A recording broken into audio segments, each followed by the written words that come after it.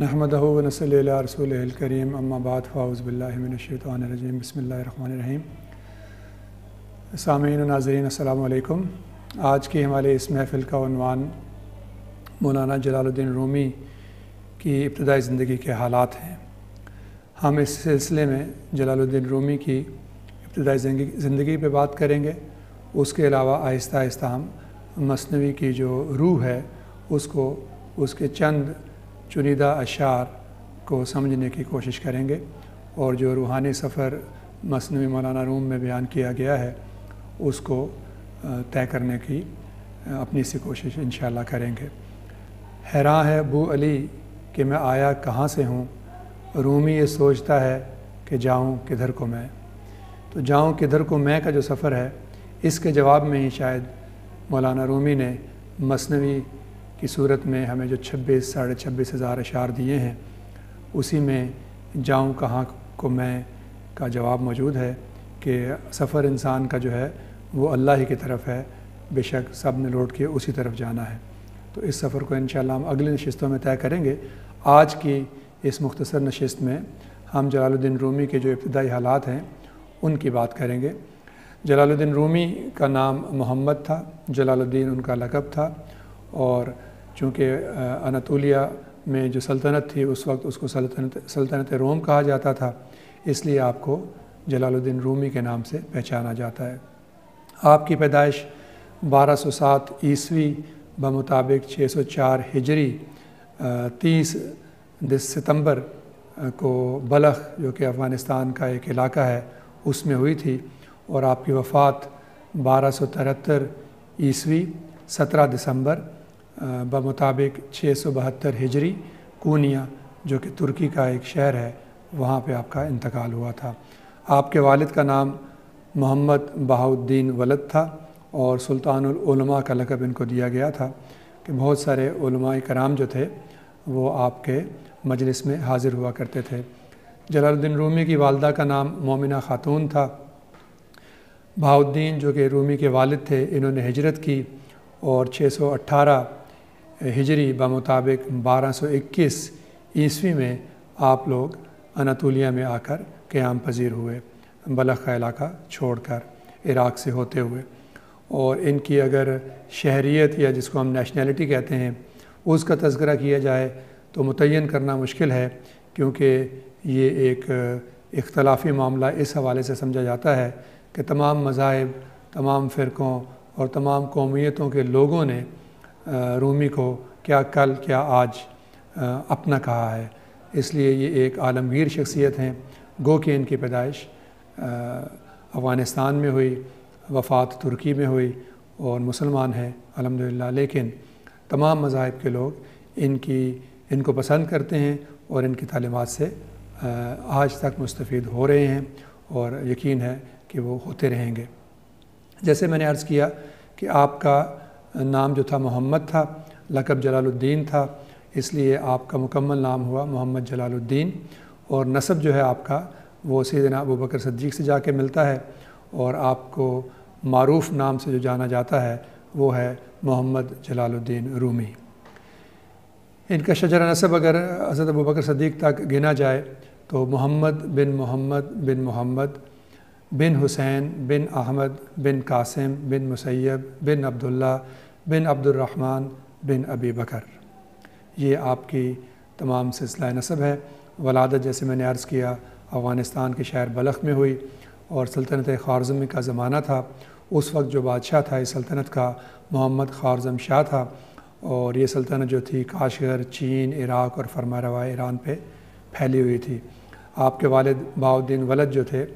ان کو بہاؤالدین بلخی بھی کہا جاتا ہے، بہت بڑے عالم، عارف اور صوفی تھے۔ کیا خراسان اور کیا دور دراز کے علاقوں سے لوگ جو ہے وہ فتوے لینے کے لیے بہاؤالدین کے پاس حاضر ہوا کرتے تھے۔ بہاؤالدین نے تمام اکابر کی طرح اپنے دن بھر کے اوقات کو بھی مختلف تقسیم کے ساتھ اپنایا ہوا تھا، اور علوم درسیہ کا درس ایک وقت میں مخصوص تھا جس میں تفسیر اور حدیث کی تعلیم ہوتی تھی، اور معارف کے حقائق اور اسرار کو بیان کرنے کا دوسرا وقت تھا، سلوک اور تصوف اور معرفت کی مجالس کے لیے ایک اور وقت متعین تھا،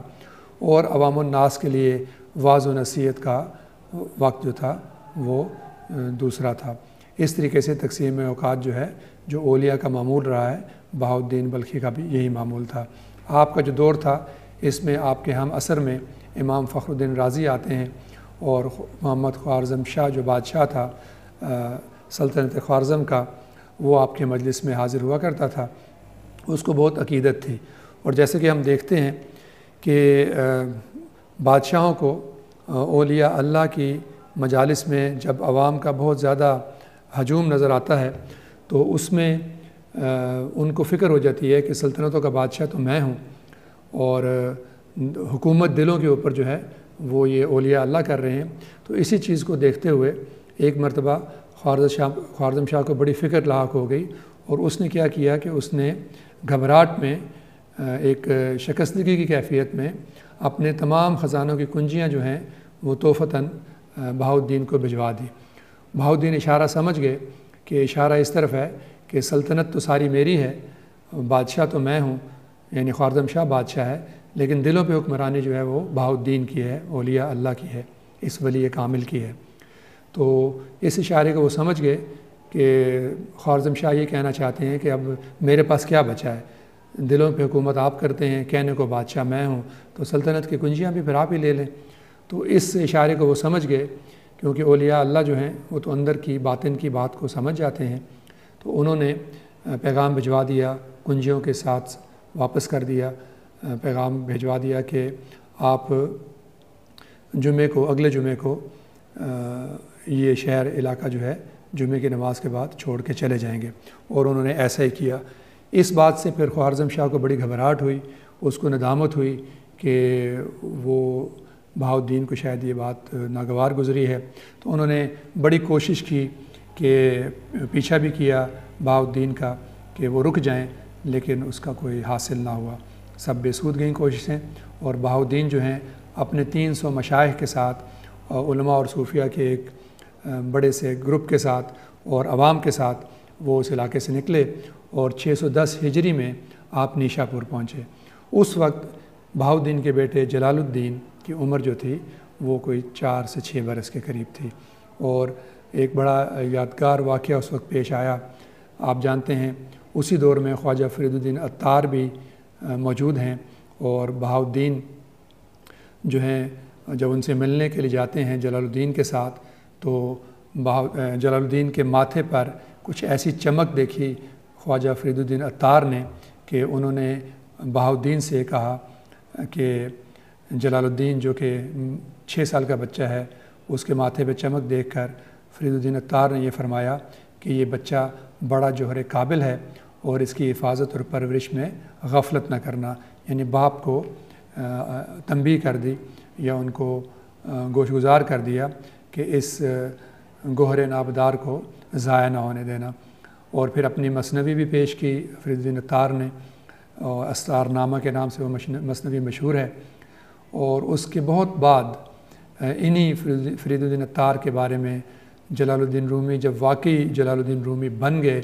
تمام عشقی منازل بھی طے کر لیں، لیکن انہوں نے اپنا موازنہ جب عطار کے ساتھ کیا تو فرمایا رومی نے کہ عطار نے عشق کی جو 7 منزلیں طے کر لی ہیں، ہم ابھی اس کی پہلی منزل کی دہلیز پر ہیں۔ یہ اولیاء اللہ کی خاص نشانی ہوتی ہے کہ تمام منزلیں طے کرنے کے باوجود بھی وہ اپنے کے مقابلے میں دوسرے اولیاء اللہ کے سامنے اپنے آپ کو طفل مکتب سمجھتے ہیں، اور وہ سمجھتے ہیں کہ ابھی ہم نے کچھ بھی نہیں سیکھا۔ یہ بہت بڑائی کی دلیل ہے۔ یہ سفر جاری رہا بہاؤالدین کا اور ان کے قافلے کا، تو زنجان سے ہوتے ہوئے عراق، دمشق سے ہوتے ہوئے یہ آگے کی طرف بڑھے، تو اس وقت تقریباً 4-5 سال کا عرصہ گزر چکا تھا، اور جلال الدین رومی کی عمر اب 11 سال ہو چکی ہے۔ اور وہاں دمشق کے علاقے میں محی الدین ابن العربی سے ملاقات ہوتی ہے بہاؤالدین کی اور جلال الدین رومی کی۔ تو جب یہ محی الدین ابن العربی سے ملاقات کے لیے جا رہے ہیں تو ابن العربی نے دیکھا کہ والد جو ہیں بہاؤالدین وہ آگے آگے ہیں، اور جلال الدین بیٹا جو ابھی رومی نہیں بنا، صرف 11 سال عمر ہے، وہ پیچھے پیچھے ہے۔ تو اس موقع کو دیکھتے ہوئے یا اس منظر کو دیکھتے ہوئے ابن العربی نے ایک کمال کا جملہ فرمایا کہ سمندر دریا کے پیچھے جا رہا ہے، یعنی جلال الدین ایک سمندر ہوگا آنے والے وقت میں، علم کا سمندر، وقت نے ثابت بھی کیا۔ پھر یہ سفر جاری رہتا ہے اور بہاؤالدین جو ہیں وہ کونیا ترکی میں بالآخر سکونت اختیار کرتے ہیں، اور اس وقت جو بادشاہ وقت ہیں وہ سلطان علاء الدین کیقوباد ہیں، اور ان کی دعوت پر آپ ترکی آ جاتے ہیں، اور سلجوق سلطنت جو ہے تقریباً جس نے 220 برس ایشیائے کوچک، ترکی، استنبول، مشرق وسطیٰ تک کے علاقوں پر حکمرانی کی ہے، جس کو اس وقت سلطنت روم کہا جاتا تھا۔ اس وقت جلال الدین کی عمر جو تھی تقریباً 17-18 برس ہو جاتی ہے۔ 25 برس کی عمر میں مزید علوم اور فنون کی تکمیل کے لیے جلال الدین رومی نے شام کا رخ کیا اور دمشق اور حلب میں قیام کیا، اور علوم فقہ کے عالم بنے، تقابل ادیان سیکھا اور مناظرہ کی مہارت حاصل کی، اور اس دور میں جلال الدین رومی کا ان مضامین میں یا ان میدانوں میں دور دور تک کوئی ہم پلہ اور ہم پایا نہیں تھا، اور دور دور تک ان کا ڈنکا بجتا تھا، اور فتوے لینے کے لیے لوگ جلال الدین رومی کے پاس ہر علاقے اور ہر مشرق و مغرب سے آیا کرتے تھے۔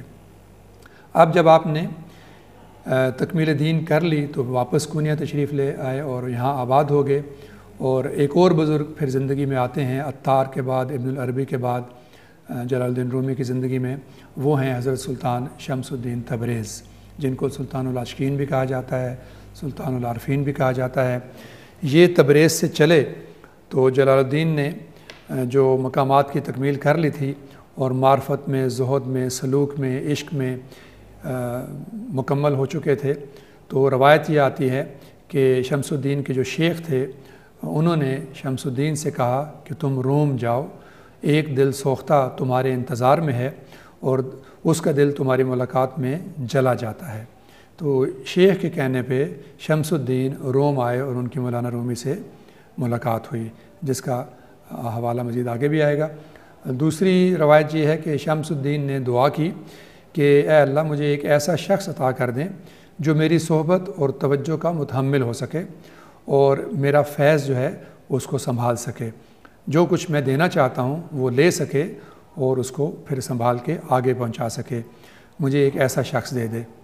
تو پھر ان کو خواب میں شاید، یا ہو سکتا ہے پھر اسی دعا کے بعد ان کے شیخ نے ان کو یہ اشارہ دیا کہ تم کونیا چلے جاؤ، وہاں ایک شخص تمہارے انتظار میں ہے، وہ تمہاری توجہ، تمہاری صحبت اور تمہارے فیض کا بوجھ اٹھا لے گا اور اسے سنبھال کر آگے بھی پہنچا دے گا۔ تو شمس تبریز کونیا پہنچے، جلال الدین رومی کا بہت شہرہ تھا اس وقت، ان سے ملاقات کے لیے یا تو ان کے سرائے میں ملے یا ان کے گھر میں ملے، اور ایک کتابوں کا ڈھیر جو تھا وہ لگا ہوا تھا۔ اس میں ایک روایت یہ ہے کہ کتابیں پڑھی ہوئی تھیں، تو رومی جو تھے وہ ان کو پڑھ رہے تھے یا اپنے طلباء کو پڑھا رہے تھے، تو شمس تبریز نے پوچھا این چیز، یہ کیا ہے؟ تو رومی نے جواب دیا این آ چیز است کہ تو نہ دانم، یعنی یہ وہ چیز ہے کہ تو اسے نہیں جانتا۔ اتنا کہنا تھا رومی کا کہ ان کتابوں کو آگ لگ گئی، اور پھر سب کتابوں کی آگ بجھ بھی گئی، اور دیکھنے میں یہ آیا کہ کتابیں جلی بھی نہیں ہیں۔ تو دوسری روایت یہ ہے کہ شمس تبریز نے پوچھا کہ این چیز یہ کیا ہے؟ کہا کیل و کال ہے، یعنی باتیں ہیں، احادیث ہے، اور کالا رسول اللہ کی باتیں ہیں اور سنی جا رہی ہیں۔ تو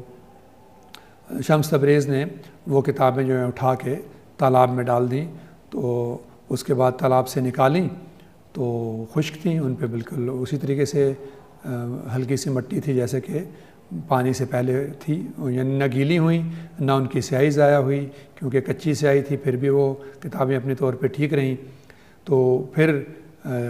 رومی بہت حیران ہوئے، رومی نے پوچھا کہ یہ کیا ہے؟